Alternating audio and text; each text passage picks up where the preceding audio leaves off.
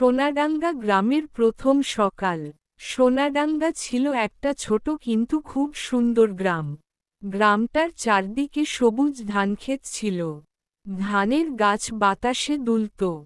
দূরে ছোট পাহাড় দেখা যেত।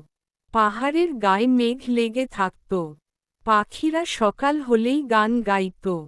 মোরগ ডেকে সবাইকে জাগিয়ে দিত। গ্রামের মাঝখানে একটা বড় পুকুর ছিল। পুকুরে নীল রঙের পানি ছিল। পুকুরে হাঁসরা সাঁতার কাটত। পুকুরের পাশে একটা বটগাছ ছিল। বটগাছের নিচে মানুষ বিশ্রাম নিত।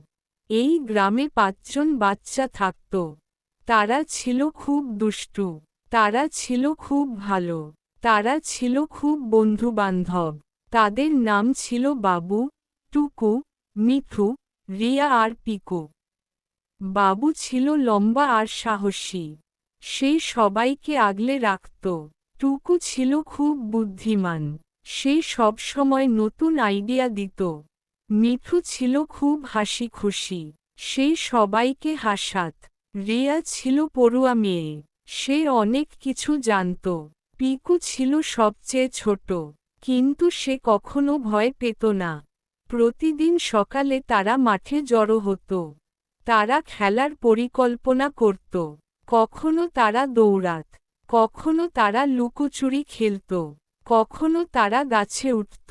একদিন সকালে তারা পুকুর পাড়ে বসেছিল।